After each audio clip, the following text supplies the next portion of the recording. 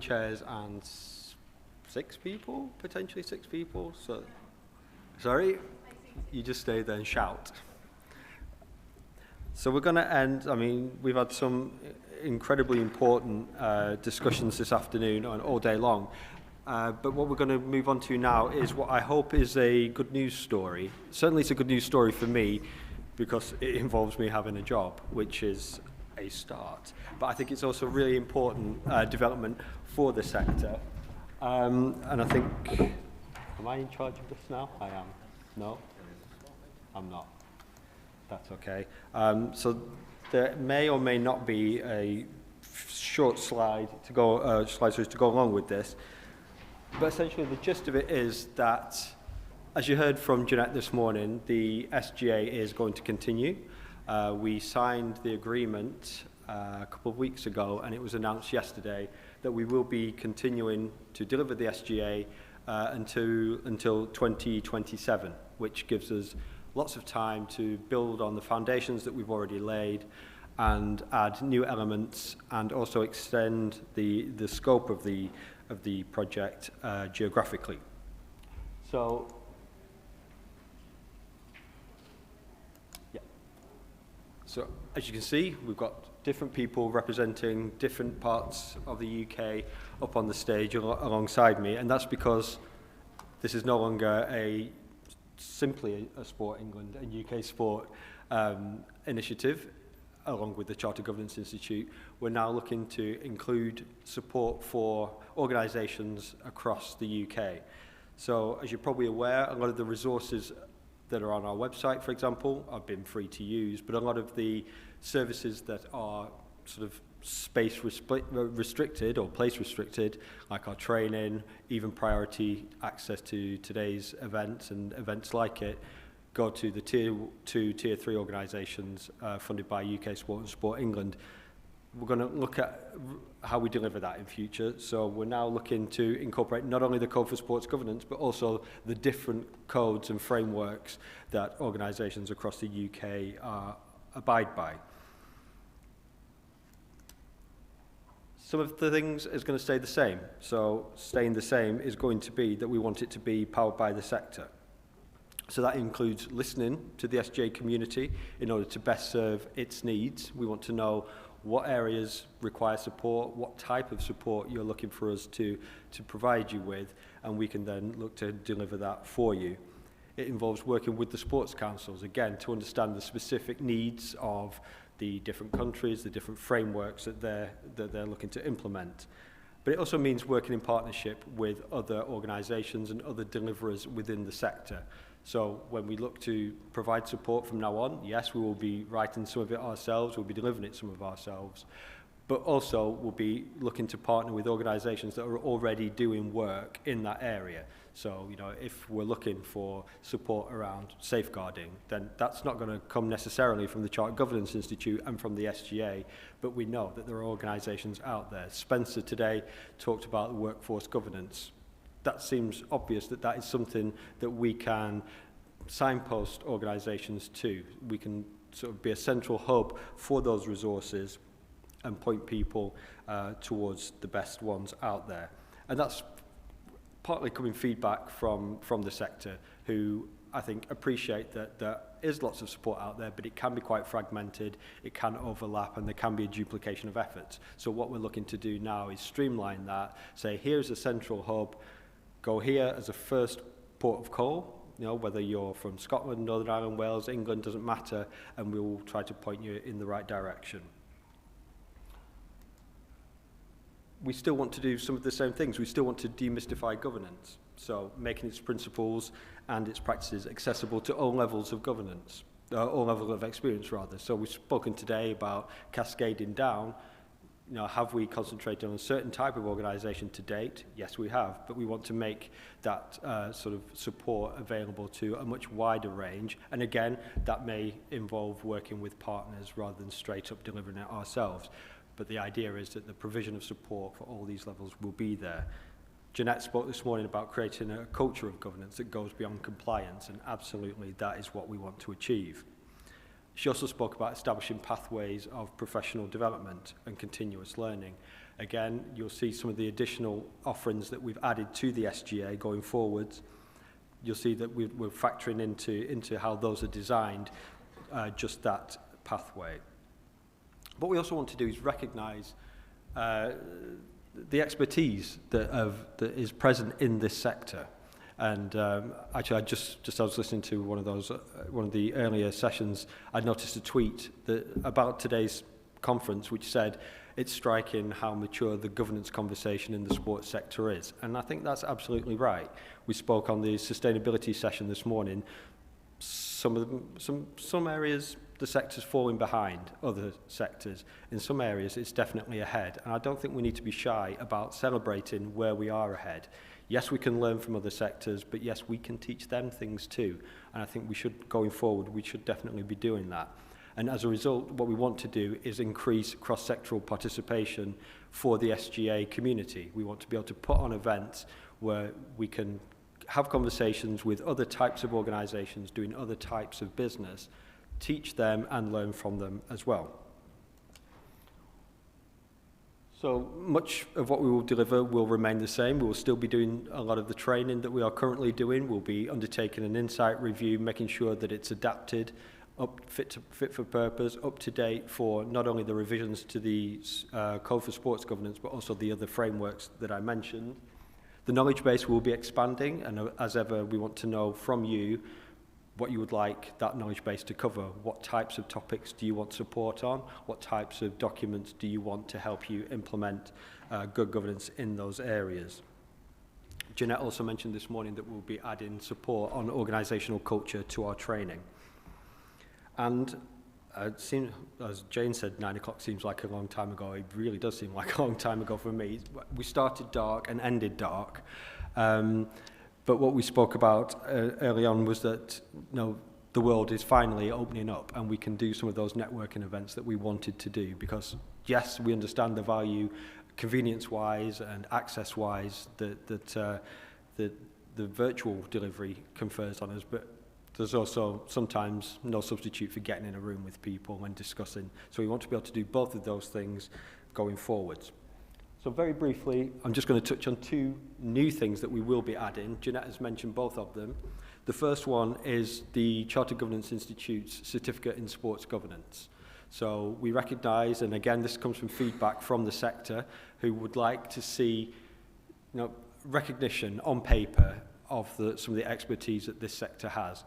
So that again is personal development, but it also gives confidence in your board or in your SMTs that you as a governance practitioner know what you're talking about and can demonstrate that you know what you're talking about, and therefore they should listen to you when you talk to them and advise them on governance issues.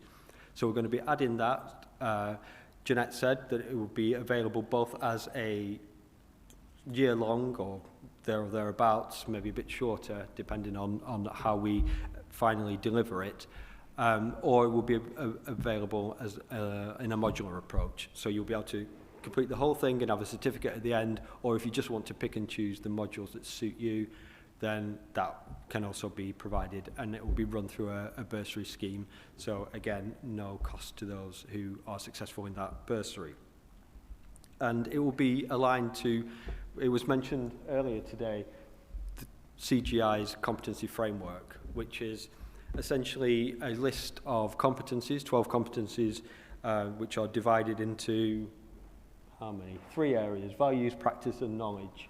And those 4 progressions or proficiency levels were highlighted as well. So entry, emerging, established, and expert. So again, that looks to create a stepped pathway towards progression. So in it being able to identify areas that need development, being able to identify skills that you need to work on that you already have, and it works from a professional point of view or an individual point of view, but also an organizational point of view. You can use it to assess what skills your organization needs, where you need to look for recruitment, what you need to do as part of your succession planning. So that is going to form the base, or at least we're going to map the redeveloped certificate to that framework. Similarly, we're going to do the same with a peer-to-peer mentoring scheme.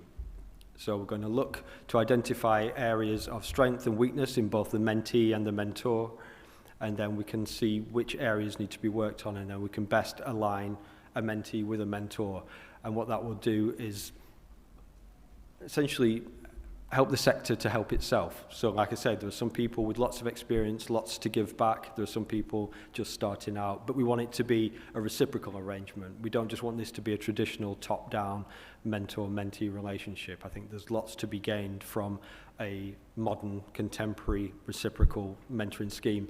So we're going to be introducing both of those. We'll be developing them in year one of the new project, which runs from from next week, isn't it? It runs from next week.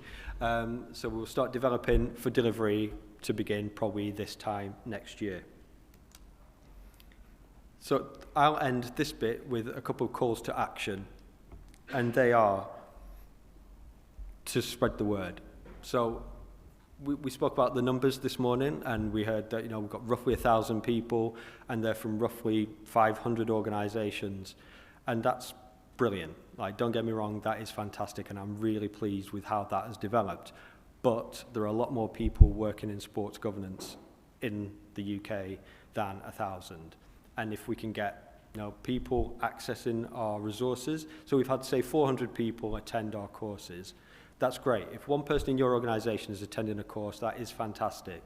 But if 10 people are attending your course, so much the better, because that's how you really start to embed good governance practice within an organisation. So please encourage your board members, encourage all of your board to sign up, to access our training, and perhaps even make it part of their induction process. When you get a new board member joining your organisation, point them in the direction of the SGA, tell them to register and get themselves on a training course. And also get involved yourself, and that means contributing. So we want to hear, we want blogs from people, we want webinars from people, we want to know what areas you want help with, and we can then best provide that. So please, those are my call to actions personally, and I think it fits in with what we're about to talk about now. I'm going to figure out A, where I'm going to sit, and B, who's going to be able to see me when I do sit. So yeah, I will. Part A, part B is a chair. Bear with me, I'm going to get a chair.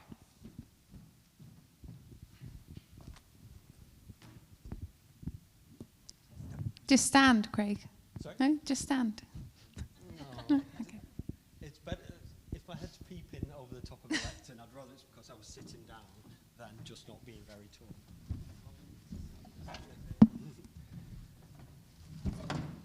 So I'm now going to speak to my colleagues from the sports councils, and I'm going to turn first to you, Joy, because you have been in this since the off, since before we even started in 2019. We originally had a 2-year arrangement. That became 3. It's now 5, which is amazing from my point of view, from the Institute's point of view, and I hope from Sport England's point of view, or presumably otherwise you wouldn't have offered it. What do you hope this new phase of the SGA delivers on, and how do you see the sports councils working together to deliver that? Yeah, so we've been on quite a journey with developing the Sports Governance Academy with Craig, and whilst it kind of launched in 2019, I think our conversations date back kind of at least 12 months before then. We went to the Chartered Governance Institute to start a conversation about how can we best support our sector with governance, because what the Chartered Governance Institute produced is good, but it doesn't speak our language and it doesn't make sense to our organisations. So how can we develop something that does? And we kind of came up with this concept together of we need a hub, we need a place to go. We've got kind of the idea of this Sports Governance Academy, and it's got 3 pillars to it, and those pillars are not changing. You know, they are core to what we hope it will continue to deliver. So knowledge, learning and community. So knowledge is all of the stuff that we get asked for quite a lot, you know, templates, examples, case studies. Where can I read more about board effectiveness reviews? Where can I read more about board inductions? And so the knowledge hub is the place that we want you to go. And so the pillar of knowledge in the Sports Governance Academy is really crucial to it and will continue. The learning piece, lots of people ended up being given governance in their role, and they didn't necessarily choose to have a career in governance. I think very few of us actually in the room probably left school and skipped out the door thinking, yeah, I'm going to be a governance professional. And so you kind of end up having it as part of your portfolio. Where do you upskill yourself? Where do you get some knowledge? Where do you get some expertise? And actually when you're in the room talking to board members or other people in your organisation, where can you kind of get your credibility from? Can you do a course? Can you do a certificate? Can you do some modules so that people start listening to you? We all know that we talk sense, but actually when you're talking to people in your organisations, they're really questioning, well, how do you know this? Why do you know this? And sometimes having that qualification behind you is really helpful. And so we had this pillar of learning as well. And then the final pillar, the pillar of community, really was because as we were talking and kind of sharing this now with other sports councils, it's pretty lonely being a governance professional in the sports sector or just trying to do a bit of governance in the sector, because you feel like the only person in the room that's being negative, the only person that's challenging, the only person that's asking questions or creating problems for people as they're trying to do things. And it can be quite lonely. And so we had this kind of sense of, and if I had a picture on the slide, I'd put like a fireplace up, because I feel like we need to create fireplace chats. We need to create a place where there's a community that we can talk. And so those three pillars was part of our initial discussion, and they've continued, and that those three pillars remain core to our next phase of investment. And really, my vision and my hope for where it goes is that last one, that fireplace chat piece, because this has to become yours to be successful. We've put a lot of investment into it, and we put a lot of kind of brain power and thought into what we think you guys need. But actually, if it isn't what you need to start saying that. You need to start being involved. There's an online forum. There's lots of places where you can connect. And so our hope really in this next phase is that it does become your Sports Governance Academy, and you start to own and direct it a lot more and get more involved in the conversations and start learning from each other. Because again, a lot of what I find my role is picking up the phone and saying, have you spoken to this person, because they're doing that, and trying to make connections between lots of you that are in the room and lots of you that are online as well. I think the second part of your question, Craig, around the sports councils, is actually really exciting for us to all be up here together. And we all work closely together on different initiatives, and we're all very aware that we've got kind of a code, we've got a framework, we've got different documents that we use in each of the different countries in terms of what good governance looks like. But actually they're all pointing in the same direction, and as we work more and more together, they're becoming closer and closer.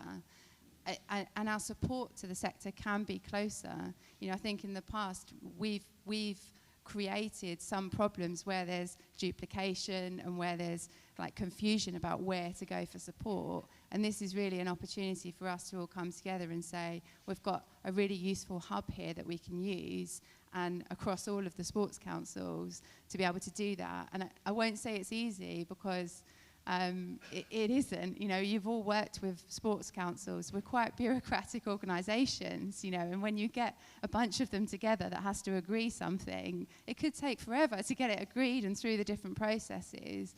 And so for us to all be up here having had it agreed is quite powerful and quite strong. And so again, I hope that going forwards, we do help to demystify and stop duplication in terms of what we're providing and pushing out to the sector, because that hasn't been helpful in the past. No, that's fantastic. And just to echo that, it really is, it's an impressive achievement, I think, to be able to sit here with all these colleagues, all of whom are moving in the same direction, want to go in the same direction. We'll probably come on, particularly I think when we speak about Northern Ireland, which is sort of governance code in triplicate, potentially. But that's sort of overcomplicated in a way, because not what they're doing. What I mean is that the detail of whether something's, requirement 4.7 in one code or 2.3 in another, it is just that, it's detail. Good governance is good governance, and that's what we're all trying to achieve. So it doesn't matter what the document is, they're by and large going to say something similar. They're going to have certain governance requirements because that's just good governance practice. So I think it's brilliant that we're all able to work together. We've certainly all got one goal in mind, which is to improve the governance of all our organisations. Emma, if I could just come to you, please. UK Sport has been involved in the SGA since the start. It's obviously, co-owner of the code that we've been heavily focused on to date. We heard a lot, or a little bit rather, this morning about the organisational health emphasis at UK Sport. How does the SGA for you fit into that overall approach to have how you work with funded partners going forwards? Sure. Look, I think it's fair to say that since its launch, the code has really helped to enhance, embed good governance standards across British sport.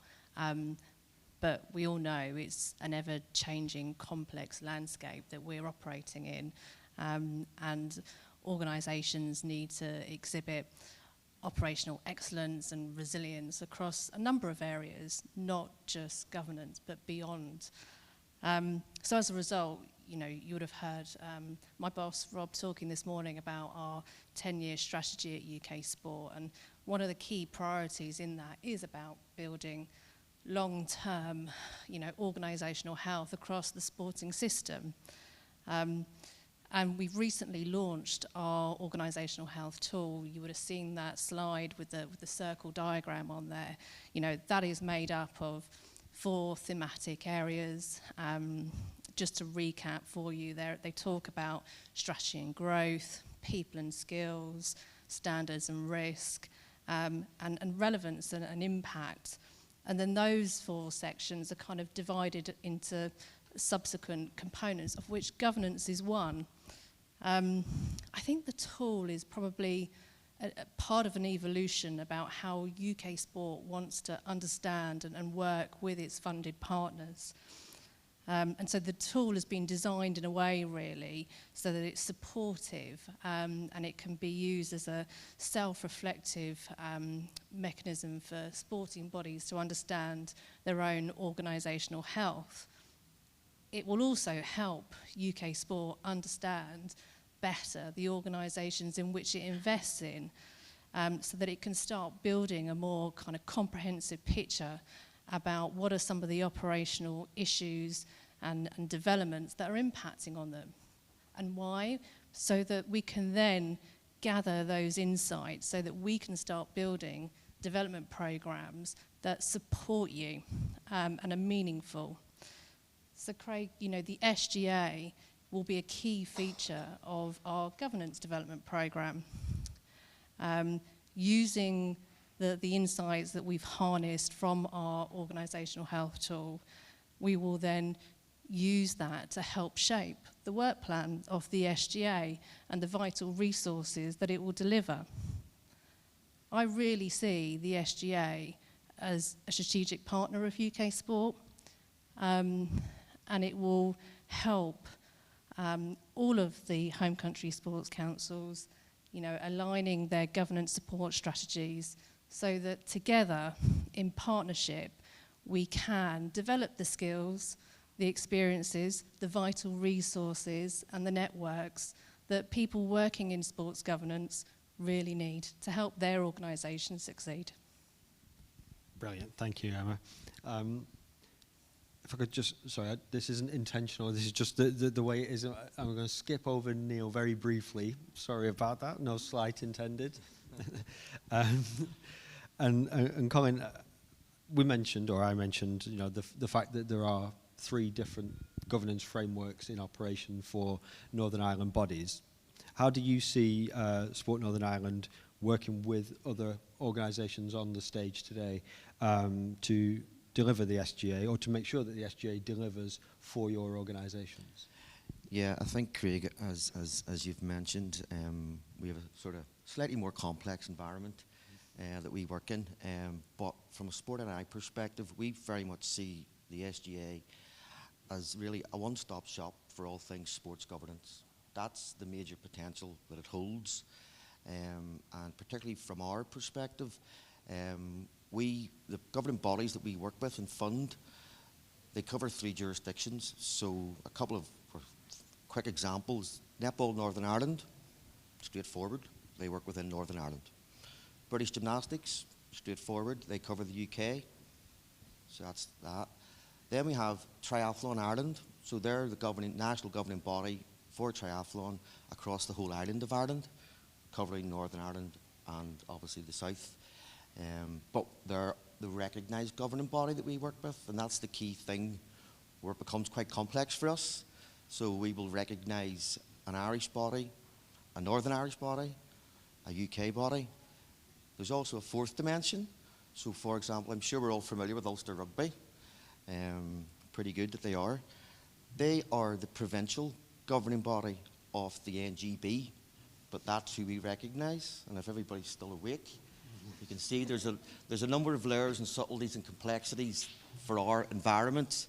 So to bring it back round to this, there's 3 codes that we have to have a flexible approach, basically, to be cognizant of the different sort of dynamics. So there's the Northern Irish Code of Good Governance, there's the UK Sports Code of Governance, and then there's the Irish Sports Code. So we basically say to our bodies, look, you choose the code that you want to adopt, we'll work with you. And that's, we have to be pragmatic like that. The reality is, they kind of all say the same thing pretty much, maybe in slightly different ways, in slightly different sections, as you said, chapter 4.7, subsection 2, So yeah, so look, as I say, that's our environment, but that's for us, that's just our norm, that's where we work. So having the 4 sports councils and UK Sport all coming to the same table going forward, you're looking at a joined up, coordinated, aligned approach, and for us it is potentially a game changer in terms of how we work and deliver to our vast array of governing bodies. So as I say, the fact that we're all on the same page, hopefully going forward, going into 2023, great potential. Looking forward to it. So am I. Although Joy did say to on a call last week that, Craig, your life is about to get a lot more complicated. and it really is, but in a good way, and I'm pleased that it is, because it's that sort of unity of direction, I think. Yeah, absolutely. And like I say, maybe I'm kidding myself when I'm saying that the detail is the detail. The principles are where we can really come together, and we can just figure out the details as we go. How we communicate, okay, this is what you need to do, and this relates to X, Y, Z of whichever framework you choose to align yourself with. So that's what I'm telling myself, so that I can sleep at night, and hopefully it's not too far wide of the mark. Yep. But just speaking about different governance frameworks, Lorna, if I could just come to you next, please. Sorry, Neil, I'm really feeling bad about this now. Last but not least. And I promise not to run out of time.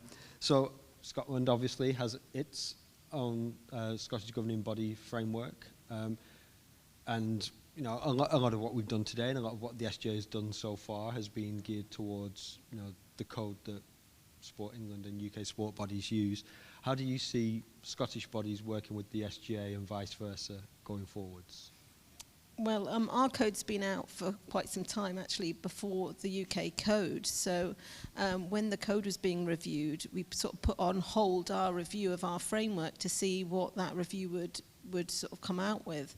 And, we were consulted as part of that process, and I think we really support the changes to the code. And, when we looked at the SGA and what it was doing, we really liked the supportive sort of tone to everything.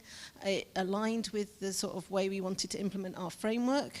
Our framework does need reviewed, and we're going to be starting that process pretty soon. And we want the input from the Sports Governance Academy, our partners, and also from the Scottish governing bodies as well, to try and align our framework going forward more to sort of chime with the code, to make it a sort of one-stop shop, so that when people go on a governance course, it's easy for them to understand our framework, but also use all the resources and tools that are there within the code.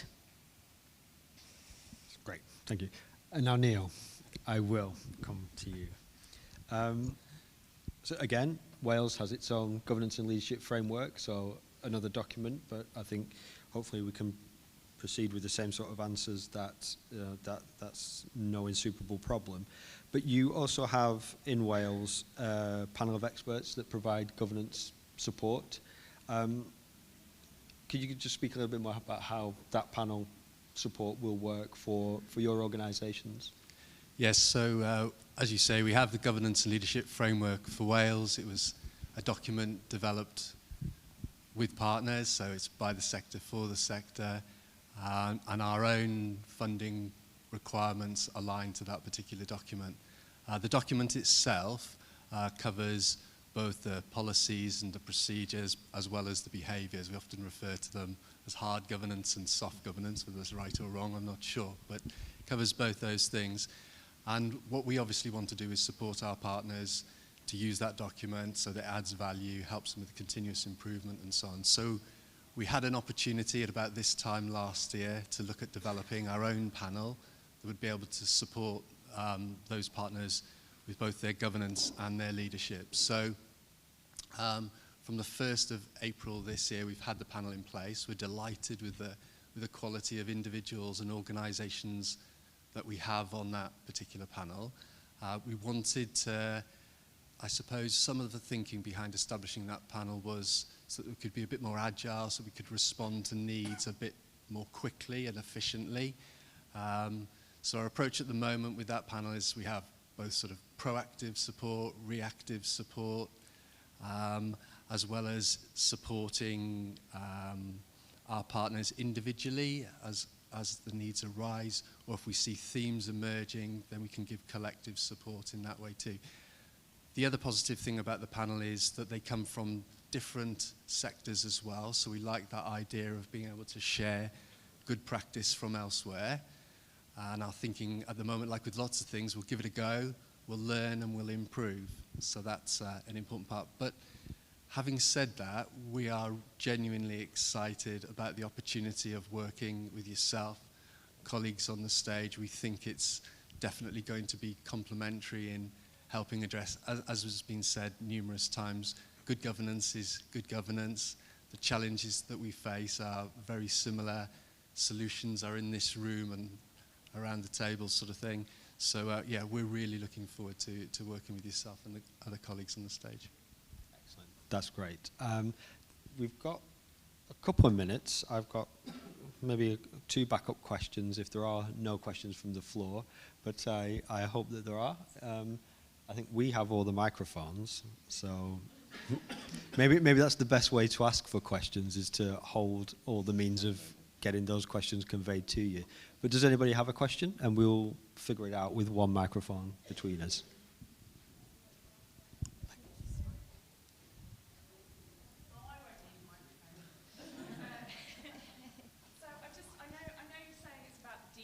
There's different, thank you, there's different numbers in the codes and everything. Is this potentially the start of moving towards, maybe with the exception of Northern Ireland, apologies, to moving towards one code? Or do you think there's going to still be the necessity to have different codes for each country?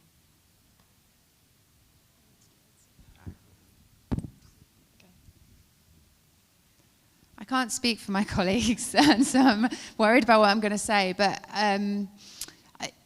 I think probably there's a hope that this is the start of us working together closer.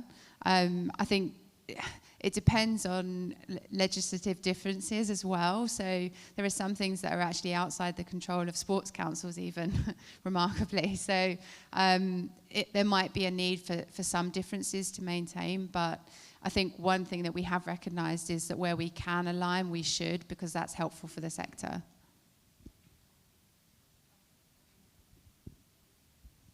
Yeah, I'll just quickly, in terms of the Northern Ireland thing, I think going forward, we're going into the unknown to a large degree.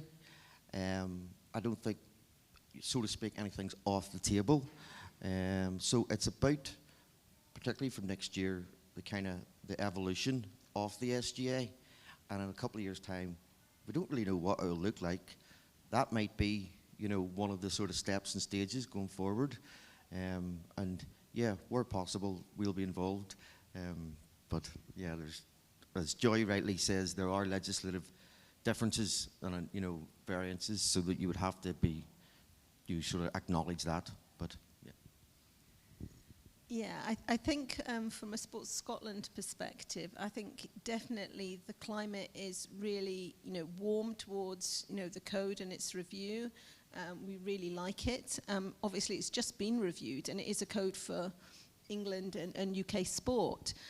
We do have a framework, so we will refresh and revise that to align better. But who knows, once we've aligned it better, there may come a time where we can produce something across the, you know, all of the different home nations or not. And I think it's okay either way, to be honest, because I think that, you know, keeps being said, you know, good governance is, you know, we all aspire to tier 3 compliance, but the reality of it is that everybody's on their own journey of governance. And I think we can all aspire to do good things in governance, and it doesn't really matter what framework or code you're working towards. It's about, you know, continual improvement. It's about, you know, putting good governance into practice, and that's what's important, not what code you're ruled by.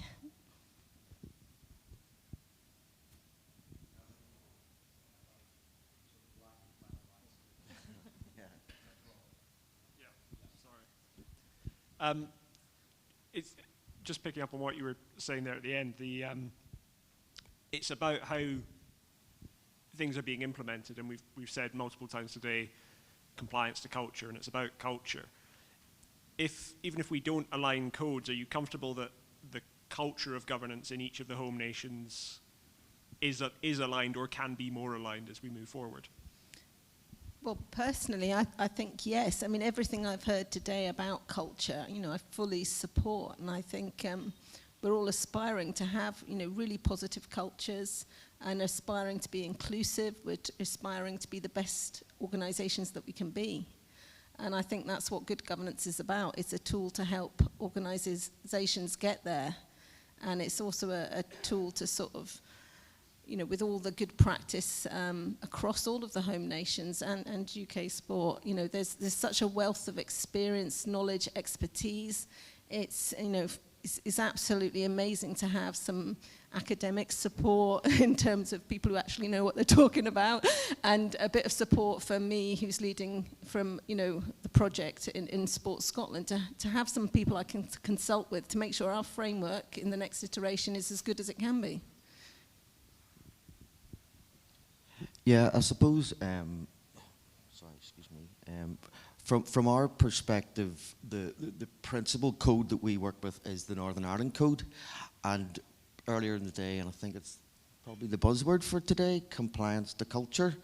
The Northern Ireland Code is actually a voluntary code, and I suppose that's our approach, where it's about proactive engagement, getting buy-in, take the people with you, don't impose it upon them.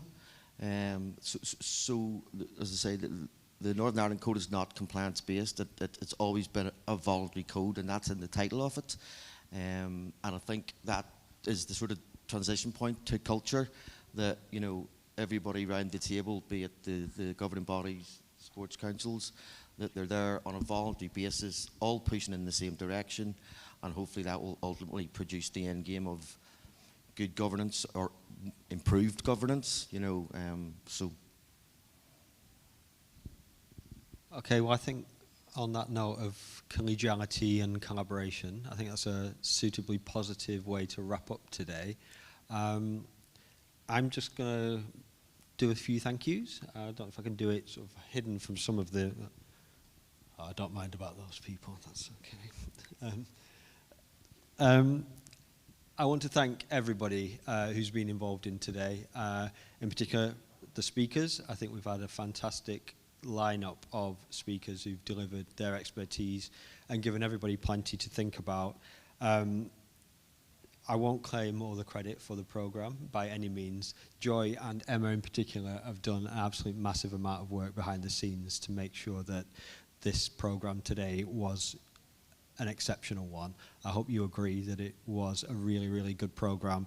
And so I'd like to thank both of you in particular for all your help today, but also everybody on the stage alongside me. You know, we've had lots of conversations over recent weeks about the direction of this initiative and the positivity that comes from everybody here and the teams as well, people who are both in the room and hopefully maybe still online listening in.